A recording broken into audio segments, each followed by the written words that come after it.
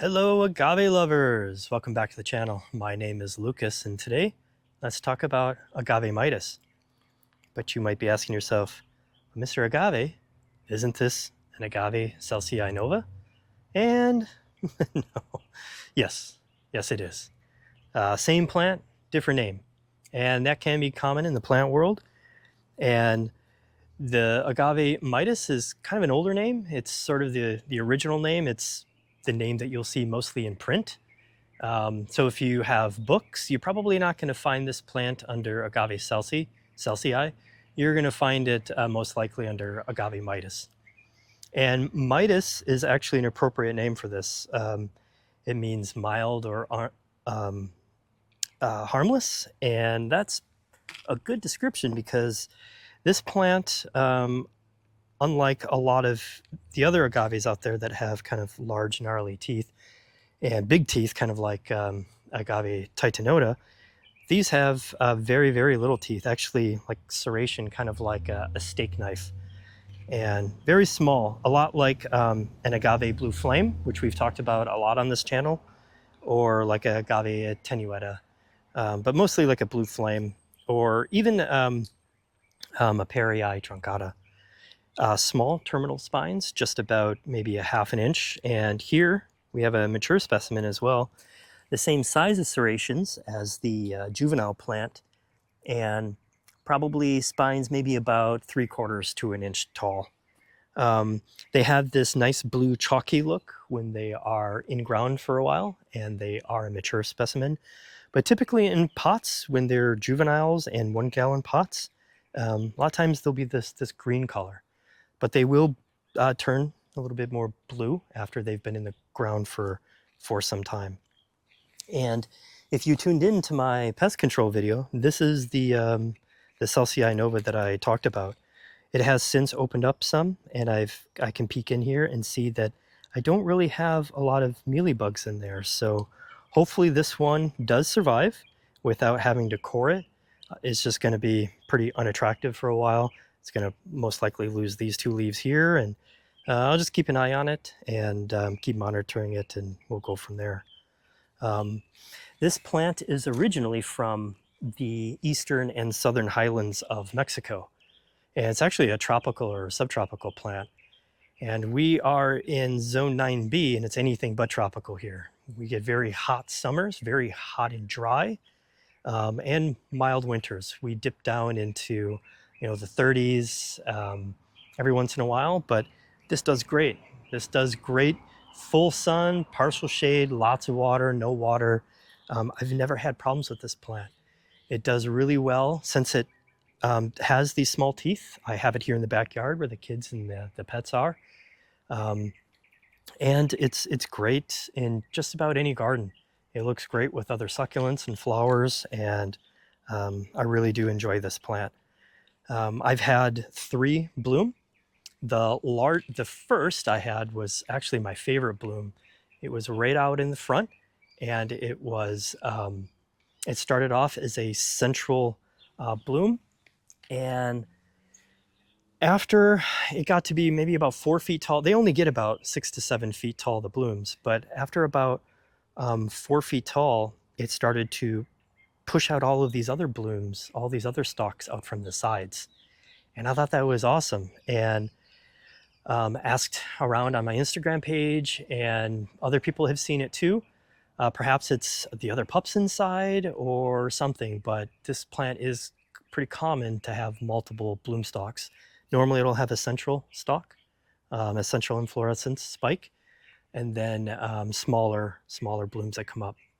That produced a lot of seeds. It hung around for a while, and then that one did eventually die. And so I did remove it and replaced it with a yucca. The second one that I had bloom was last year, 2023. And that one produced a ton of seeds. And that one had, again, like the first one, a bloom stalk got about 4 or 5 feet. And then from the stalk itself, it started to push out branches of other blooms. And that one produced a ton of seeds. And you can see here, thanks kiddo. You can see here, let me see here, this is from 2022. So this is the first one by the front door. Quite a bit of seeds here. A lot of seeds that we're working with. And this is the one I just got done talking about. Look at this, 2 huge bags, tons of seeds here. And this one bloomed this spring. And this one didn't produce too many. This one had mostly just a central stalk, and I don't recall if this one had smaller stalks on it or not. But the large bloom was this right here. And as you can see, it's about 7 feet tall or so. And actually the plant was leaning over quite a bit from the weight of all of the seeds here. And an interesting thing about this plant is that this bloomed in the spring, April. It's now mid-October, and the plant's still alive. Oh, that's interesting. I wonder why that could be. Most plants, most agaves are monocarpic. Do you remember what monocarpic means? They bloom and then they die? They bloom and then they die. That's right, monocarpic. And this one can be polycarpic. What do you think polycarpic means? It can bloom multiple times? Bloom multiple times. That's exactly right. Thanks, kiddo. And I didn't know that. I thought that this agave, like all agaves, were monocarpic, and they only bloomed once and then they died.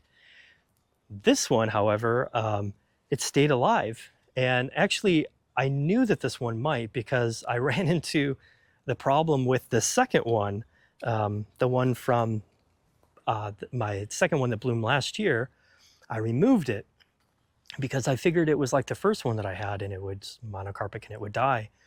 But after I removed it, I just threw it in a bucket, no dirt, took it out, threw it in a bucket, and then fast forward a whole year, just as this one started to bloom, and the thing was still alive in the bucket. And by then, I had been monitoring it for a while, and I was like, is this thing ever gonna die? And it's kept its color, and then I tried putting in a pot with dirt, and by the time I did that, it had died. So unfortunately, I learned the hard way that this plant can be polycarpic. And I did look it up, and I did confirm that that is the case. Not always, but sometimes. So for me, that's one of the coolest things about this plant is it's almost like a yucca where it blooms and then it keeps on living. And you can see here, the bloom stalk is still here. The plant is still very much in the ground. And I had plans with this little garden here. I've got a large oterii back here. I've got a variegated ovetifolia. It's not an orca. Well, it could be an orca, but the colors are a little more muted than an orca, but it is a variegated ovetifolia or whale's tongue agave. And I had some plans on moving this stuff around and putting the orca here, but it's still alive, and I think it's going to stay until, I don't know, till it blooms again, or I get bored of it and it's time to put something else in. But let me put this away here real quick. And then a lot of these, from all these blooms I've had, makes a nice little club. It's very hard, fibrous material. It almost sounds like a baseball bat, and it's very hard, very durable, and kind of like a little club I've got. And I got another one here, about the same size, not quite as dense, a lot lighter. Perhaps this is older. This is not from Celsii nova. This is from Filifera, the first bloom that I ever had in the yard. I think that was about 2018, about a year or so after I first planted those Filiferas.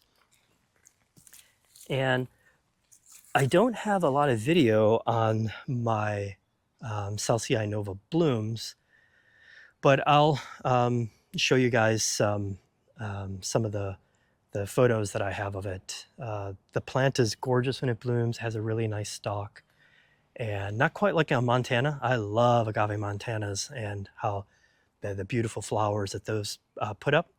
I do have some Montanas in the yard. I have one under this tree here. I don't know if you can see the tree. I've got a tree here that I've got a Montana under, and then I've got another Agave Montana under my Kalamata olive trees out there. And I kind of learned the hard way. Those plants don't like direct sun here where I am. So I did have to give them some shade. Unlike this plant does well anywhere. And I do have a few of these, or I will have a few of these on my plant page for sale.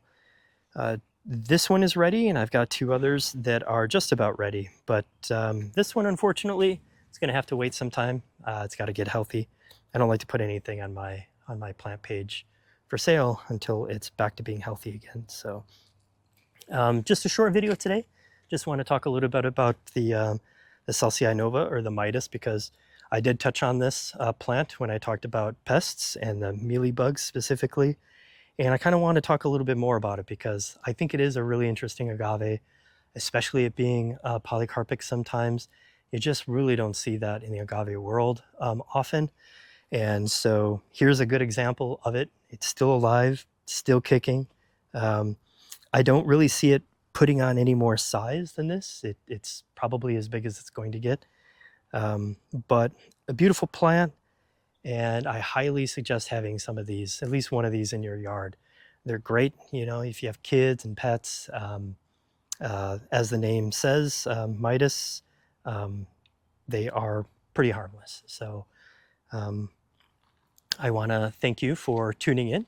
I do appreciate it. And if you could do me a favor, like and subscribe, that'd really help out the channel. Thanks again, and I look forward to seeing you again real soon. Thanks, take care. Thanks, guys. Thank you. Do you want to come in? Do you want to come here for a second? These are my kiddos. These are my little helpers today. Thanks, boys. And what did Liam draw on your shoulder today? Whoa, look at that. What do we have here? Looks like some cactus and agave. Very nice. Cool. Thanks, guys. Thanks.